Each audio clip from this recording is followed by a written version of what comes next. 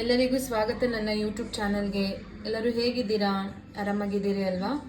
ಸಾರಿ, blogs ಮಾಡೋಕ್ಕಾಗಲಿಲ್ಲ. ನಾನು ತುಂಬ ಬ್ಯುಸಿ ಇದ್ದೆ, ಹಾಗಾಗಿ ಬ್ಲಾಗ್ಸ್ ಬರಲಿಲ್ಲ. ದಯವಿಟ್ಟು ಕ್ಷಮೆ ಇರಲಿ. ಸುಮಾರು ಸರಿ ಹೇಳ್ತಾನೆ ಇದ್ದೀನಿ ಬ್ಲಾಗಲ್ಲಿ, ಬಟ್ ತುಂಬ ಬ್ಯುಸಿ ಇದ್ದಿದ್ದ ಕಾರಣ ನಾನು ಮಾಡೋಕ್ಕಾಗಲಿಲ್ಲ. ಹಾಗಾಗಿ ಇನ್ನು ಮುಂದೆ ತುಂಬ ಪ್ರಯತ್ನ ಪಡ್ತೀನಿ ಮಾಡೋದಕ್ಕೆ. ಪ್ರಯತ್ನ ಅಲ್ಲ, ಬಟ್ ಮಾಡ್ತೀನಿ ಬ್ಲಾಗ್ಸ್ನ. ನೋಡಿ, ಪ್ಲೇಟ್ ಎಷ್ಟು ಕಲರ್ಫುಲ್ ಆಗಿದೆ. ನಾನಿವತ್ತೊಂದು ಕ್ವಿಕ್ ಆ್ಯಂಡ್ ಈಸಿ ಸಲಾಡ್ ತೋರಿಸ್ತಾ ಇದ್ದೀನಿ. ಬೇಗ ಒಂದು 10 ನಿಮಿಷದಲ್ಲಿ ಆಗೋವಂಥ ಸಲಾಡ್ ತೋರಿಸ್ತಾ ಇದ್ದೀನಿ.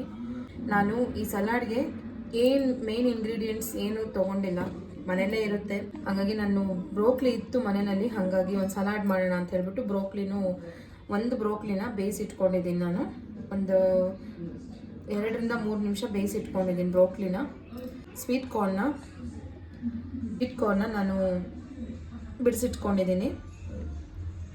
ಆಮೇಲೆ ಮೀಡಿಯಮ್ ಸೈಜ್ ಆಲೂಗಡ್ಡೆನ ಬೇಯಿಸ್ಕೊಂಡು ಸಣ್ಣದಾಗಿ ಕಟ್ ಮಾಡಿ ಇಟ್ಕೊಂಡಿದ್ದೀನಿ. ಒಂದು ಸೌತೆಕಾಯಿ ಫುಲ್ ಸಣ್ಣದಾಗಿ ಕಟ್ ಮಾಡಿ ಇಟ್ಕೊಂಡಿದ್ದೀನಿ. 1 ಟೊಮೆಟೊ, ಮೀಡಿಯಮ್ ಸೈಜ್ ಟೊಮೆಟೊ ಒಂದು ಮೀಡಿಯಮ್ ಸೈಜ್ ಈರುಳ್ಳಿನ ಸಣ್ಣದಾಗಿ ಕಟ್ ಮಾಡಿ ಇಟ್ಕೊಂಡಿದ್ದೀನಿ. ಖಾರದ ಪುಡಿ ಹಾಕ್ತಾ ಇದ್ದೀನಿ. ಒಂದು ಅರ್ಧ ಸ್ಪೂನ್ ಖಾರದ ಪುಡಿ, 1 ಸ್ಪೂನು ಚಾಟ್ ಮಸಾಲ, ರುಚಿಗೆ ತಕ್ಕಷ್ಟು ಉಪ್ಪು, ಗಾರ್ನಿಷಿಂಗ್ಗೆ ಕೊತ್ತಂಬರಿ ಸೊಪ್ಪು. ಬನ್ನಿ ಹೇಗೆ ಮಾಡೋದು ಅಂತ ಸ್ಟಾರ್ಟ್ ಮಾಡೋಣ. ಸರ್ವಿಂಗ್ ಬೌಲ್ ತೊಗೊಂಡಿದ್ದೀನಿ. ಇದರಲ್ಲಿ ನಾನು ಎಲ್ಲ ಇಂಗ್ರೀಡಿಯೆಂಟ್ಸ್ನ ಹಾಕ್ತಾ ಇದ್ದೀನಿ. ಕಡಲೆ ಬೀಜನ ನೆನೆಸ್ಬಿಟ್ಟು ಬೇಯಿಸ್ಕೊಂಡು ಅದು ಬೇಕಾದರೂ ಹಾಕ್ಕೋಬೋದು. ಹೆಸರು ಕಾಳು ನಿಮ್ಮ ಚಾಯ್ಸಸ್ಸು. ನನ್ನ ಹತ್ರ ಅದು ಯಾವುದೂ ಇರಲಿಲ್ಲ.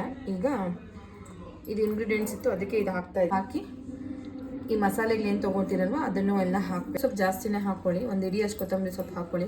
ಸಣ್ಣದಾಗಿ ಕಟ್ ಮಾಡಿಕೊಂಡು ಮಿಕ್ಸ್ ಮಾಡ್ಕೋಬೇಕು. ಎಷ್ಟು ಟೇಸ್ಟಿಯಾಗಿರುತ್ತೆ ಗೊತ್ತಾ ಇದು? ತುಂಬ ಟೇಸ್ಟಿಯಾಗಿರುತ್ತೆ. ಕೊಡಿ, ಮನೆಯವ್ರಿಗೆ ಎಲ್ಲರಿಗೂ ಕೊಡಿ, ಮಕ್ಳಿಗೂ ಕೊಡ್ಬೋದು. ಯಾಕಂದರೆ ಎಲ್ಲ ಹೆಲ್ದಿ ಇಂಗ್ರೀಡಿಯೆಂಟ್ಸೇ ಹಾಕಿರೋದಲ್ವಾ, ಹಾಗಾಗಿ ಮಕ್ಕಳು ಎಲ್ಲ ಮಿಕ್ಸ್ ಮಾಡ್ಕೋಬೇಕು. ಉಪ್ಪು ಖಾರ ಎಲ್ಲದಕ್ಕೂ ಹಿಡಿಬೇಕು. ಹಾಗಾಗಿ ಎಲ್ಲ ಚೆನ್ನಾಗಿ ಮಿಕ್ಸ್ ಮಾಡ್ಕೋಬೇಕು. ಸರ್ವಿಂಗ್ ಪ್ಲೇಟ್ ಹಾಕೊಳ್ಳೋಣ.